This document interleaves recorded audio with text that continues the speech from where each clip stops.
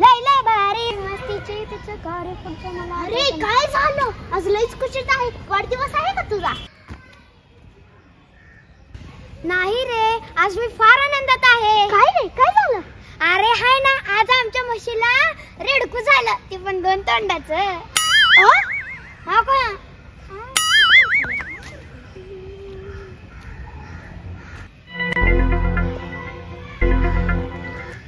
अरे काय विचार करतो आणि तिकडे का पाहतोय? काय नाही, पप्पू भेटला होता, त्याच्या शेळीला 3 तोंडाचं कोकरू झालंय. 3 तोंडाचं?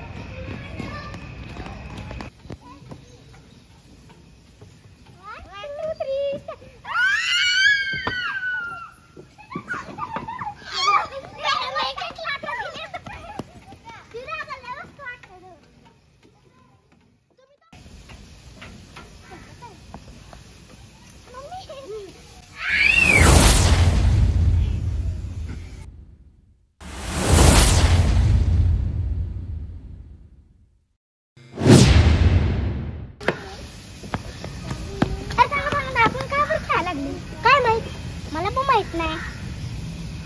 चल तिकडे जाऊन उभा राहू.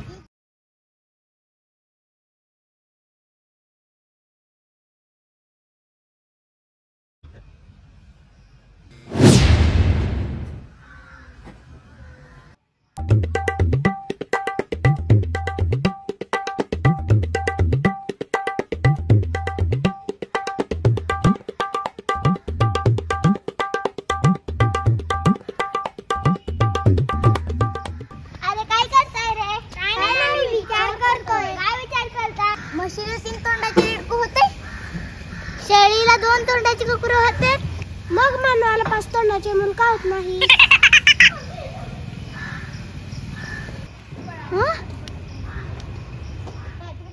हे 2 तोंडाचं, 3 तोंडाचं, 5 तोंडाचं काय लावलंय तुम्ही? माझं डोकं फुटायची वेळ आले. ए देवा, काय चाललंय सगळं?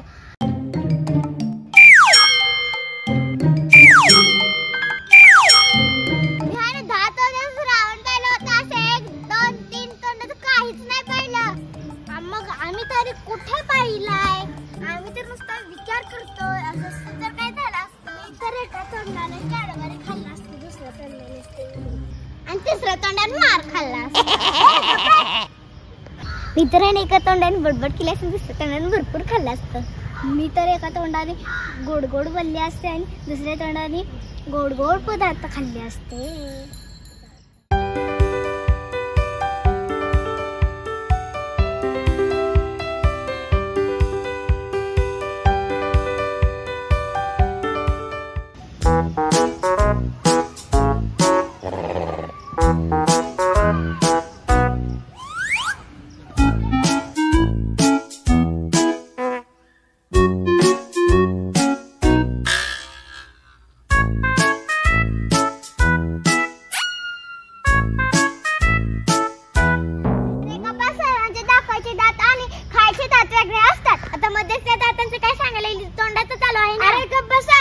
आपल्यासोबत लय मोठा गेम झालाय. कसला गेम?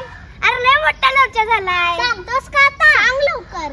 हा, मला आहे ना ते काकांनी सांगितलेलं 2 तोंडाचं, 3 तोंडाचं, 5 तोंडाचं म्हणून. मग ते काका आता कुठे आहे? चला जाऊन भेटूया त्या काकांना. मग आम्हा सर्वांना का सांगितलं विचारूया त्या काकांना. कुठे आहेत ते काका? सांग लवकर. हा चला दाखवते. चला चला.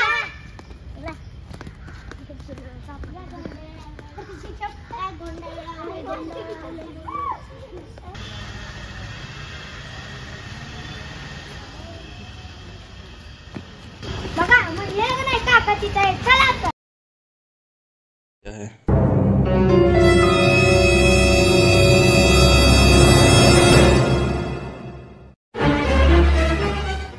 आलात मुलांनो, मला वाटलंच तुम्ही येणार. तुम्ही आम्हाला असं का सांगितलं? तुम्ही आम्हाला असं का सांगितलं 2 तोंडाचं, 3 तोंडाचं म्हणून? मग त्याशिवाय तुम्ही काय माझ्याकडे आला असता? म्हणजे मी तुम्हाला सांगतो. अरे खरं तर 2 तोंडाचं, 3 तोंडाचं, 5 तोंडाचं मुळात काही नव्हतंच. माझा मूळ उद्देश होता की तुम्ही माझ्याकडे यावं, म्हणून मी तुम्हाला हे मुद्दाम सांगितलं. अरे होय, खरं तर माणूस एकाच तोंडात असतो, पण तो 10 तोंड असल्यासारखा वागतो. एकाच तोंडानं सगळं कृत्य करतो, पण 10 तोंडानं केल्यासारखं वाटतं. म्हणजे कसं, माणूस खोटं एका तोंडानं बोलतो, लबाडी एका तोंडानं करतो, लोकांची फसवणूक एका तोंडानं करतो, भांडण एका तोंडानं करतो. ह्या सगळ्या गोष्टी कोण करतो? माणूस करतो. आणि तो पण कशानं करतो? त्याच्याजवळ असलेल्या एकाच तोंडानं करतो. बरोबर आहे का? हो, हे मात्र खरंच आहे काका. बरोबर. म्हणजे हे सगळं आपण एका तोंडानं करतो हे मान्य आहे आपल्याला. त्याचप्रमाणे ती एका तोंडाने करण्याच्या कृतीला आपण 10 तोंड असल्यासारखं म्हणतो. रावणाला मुळात 10 तोंड नव्हतीच. रावणाला तोंड एकच होतं, परंतु तो 10 तोंडानं 10 वेळा लबाड बोलत होता. म्हणून लबाड बोलणाऱ्या माणसाला सुद्धा काय म्हणतात? तुझ्या 10 तोंडासारखं बोलतंय. लक्षात आलं का? ह्यासाठी ती म्हण पडली, 10 तोंडी रावण आहे. आपण रावणासारखं वागायचं का?